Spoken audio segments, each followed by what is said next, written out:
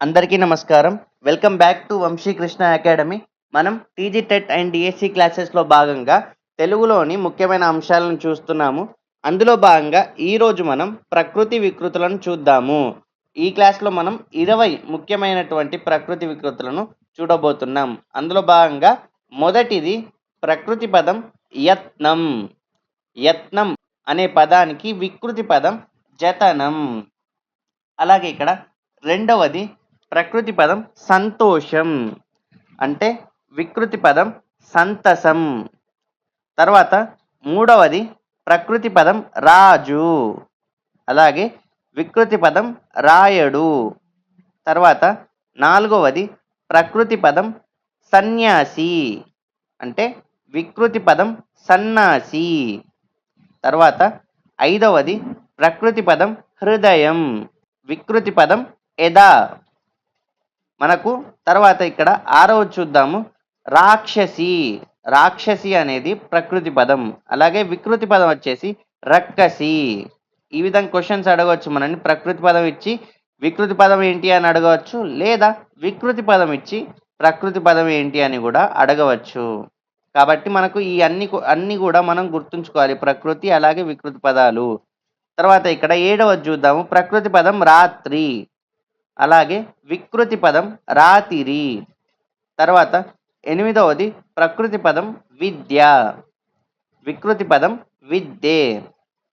తొమ్మిదవది విషము. విషము అనేది ప్రకృతి పదం, అలాగే ఇక్కడ వికృతి పదం విషం. పదవది వేషం, వేషం. 11వది శక్తి, సత్తి. ఇలా అడగవచ్చు, సత్తి అనే పదానికి ప్రకృతి పదం ఏంటి అంటే శక్తి, లేదా శక్తి అనే పదానికి వికృతి పదం ఏంటి సత్తి. ఈ విధంగా గుర్తుంచుకోవాలి. తర్వాత 12వది ప్రకృతి పదం శిఖ, వికృతి పదం సిగ. 13వది శూల, శూల. 14వది సఖి, వికృతి పదం సఖి. 15వది ప్రకృతి పదం సత్యం, వికృతి పదం సత్యం. 16వది ప్రకృతి పదం సహాయం, సహాయం అనే పదానికి వికృతి పదం సాయం. 17వది ప్రకృతి పదం సింహం, సింహం అనే పదానికి వికృతి పదం సింగం. 18వది ప్రకృతి పదం సూక్తి, వికృతి పదం శుద్ధి. అలాగే 19వది ప్రకృతి పదం స్త్రీ, స్త్రీ అనే పదానికి వికృతి పదం ఇంతి. తర్వాత మనకి ఇలా కూడా అడగవచ్చు, ఇంతి అనే పదానికి ప్రకృతి పదం ఏంటి అంటే స్త్రీ, లేదా స్త్రీ అనే పదానికి వికృతి పదం ఏంటి ఇంతి. ఇక్కడ 20వది హంస, అంచ. అంటే ఇక్కడ ప్రకృతి పదం హంస, హంస అనే పదానికి వికృతి పదం ఏంటి అంటే అంచ, లేదా అంచ అనే పదానికి ప్రకృతి పదం ఏంటి అంటే హంస.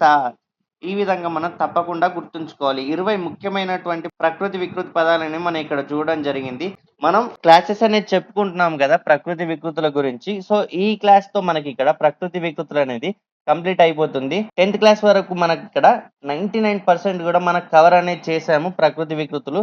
మనకు ఇందులో నుండి టెట్ ఎగ్జామ్ లో కానివ్వండి, డిఎస్సి ఎగ్జామ్ లో కానివ్వండి క్వశ్చన్స్ అనేది రావడానికి ఛాన్స్ ఉంది. సో అందుకే మీరు ఈ వీడియోస్ చూస్తూనే టెక్స్ట్ బుక్ కూడా చూస్తే మనకు ఎగ్జామ్లో క్వశ్చన్స్ అనేది రావచ్చు. ఈ క్లాస్ కనుక మీకు నచ్చినట్టయితే ప్రతి ఒక్కరు కూడా ఈ వీడియోని లైక్ చేయండి, అలాగే ఇంకా ప్రిపేర్ అయ్యే వారికి షేర్ చేయండి.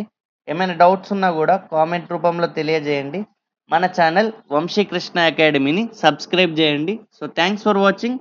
Thank you so much.